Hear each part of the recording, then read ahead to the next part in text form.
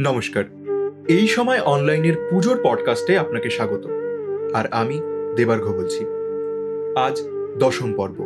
বিষয় মা দুর্গার দালানে কুমারী পুজো। লিখেছেন হরিহর ঘোষাল। শারদীয়া দুর্গাপুজো বাঙালির প্রাণের উৎসব।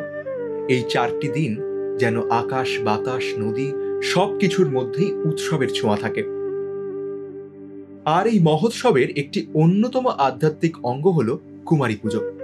দেবী দুর্গার জীবন্ত রূপকে আন্তরিকভাবে শ্রদ্ধা ও সম্মান জানানোর এই রীতি বহু পুরাতন।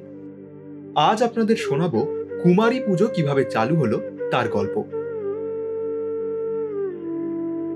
পুরাণ মতে কুমারী কন্যাদের মধ্যেই দেবী চণ্ডীর আভাস পাওয়া যায়।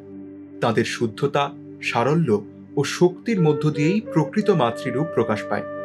তাই দুর্গাপুজোর সম্পূর্ণ ফল লাভের জন্য কুমারী পুজো অপরিহার্য বলে মনে করা হয়।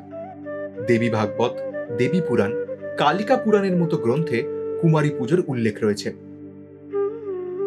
ইতিহাস ঘেঁটে দেখা যায় বর্তমান যুগে প্রথম কুমারী পুজো করেছিলেন তন্ত্রসাধক কৃষ্ণানন্দ আগমবাগীশ।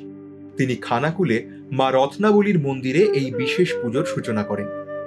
এই মন্দিরটি 51 পীঠের একটি পীঠস্থান হিসেবে বিবেচিত হয়।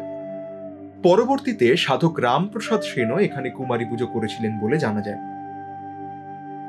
তবে দুর্গাপুজোয় প্রথাগতভাবে ও বড় আকারে কুমারী পুজোর আয়োজন শুরু করেছিলেন রাজা দর্পনারায়ণ। রাজশাহীর তাহিরপুরে সেই পুজোর আয়োজন করা হয়েছিল।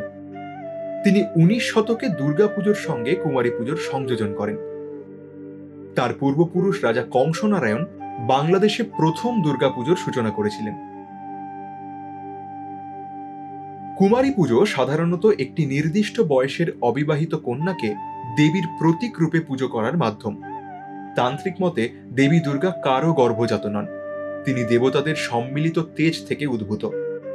তাই তিনি স্বয়ম্ভু এবং চিরকুমারী। এই দৃষ্টিকোণ থেকেই কুমারী পুজো দুর্গার আরাধনার একটি বিশেষ রূপ হিসেবে বিবেচিত হয়। যতক্ষণ না নারীরা শিক্ষিত, আত্মনির্ভর ও আত্মবিশ্বাসী হচ্ছেন, ততক্ষণ জাতির উন্নতি অসম্ভব। এই বিশ্বাস থেকেই 1901 সালে বেলুড় মঠে প্রথম কুমারী পুজোর আয়োজন করেছিলেন স্বামী বিবেকানন্দ। তখন থেকেই রামকৃষ্ণ মঠ ও মিশনে প্রতি বছর মহাষ্টমীতে কুমারী পুজো একটি ঐতিহ্য হয়ে দাঁড়িয়েছে। শাস্ত্রীয় দিক থেকে শুরু করে লোকবিশ্বাস, কুমারী পুজো প্রতিটি স্তরেই দেবীর শক্তির প্রকাশ। বাঙালি সংস্কৃতির এই চিরন্তন আচার আজও হাজারো পুজো মণ্ডপে, মন্দিরে ও গৃহস্থের বাড়িতে অম্লান হয়ে রয়েছে। এবছরও রাজপথ থেকে গ্রাম বাংলা সর্বত্রই মহা আড়ম্বরে অনুষ্ঠিত হবে কুমারী পুজো। যুগ বদলালেও এই পুজো কেবল ধর্মীয় আচারের নয়, বরং নারীর শক্তি ও মর্যাদার প্রতীক হয়ে দাঁড়িয়েছে। আজকের পর্ব এখানেই শেষ। শুনতে থাকুন এই সময় অনলাইনের পুজোর পডকাস্ট।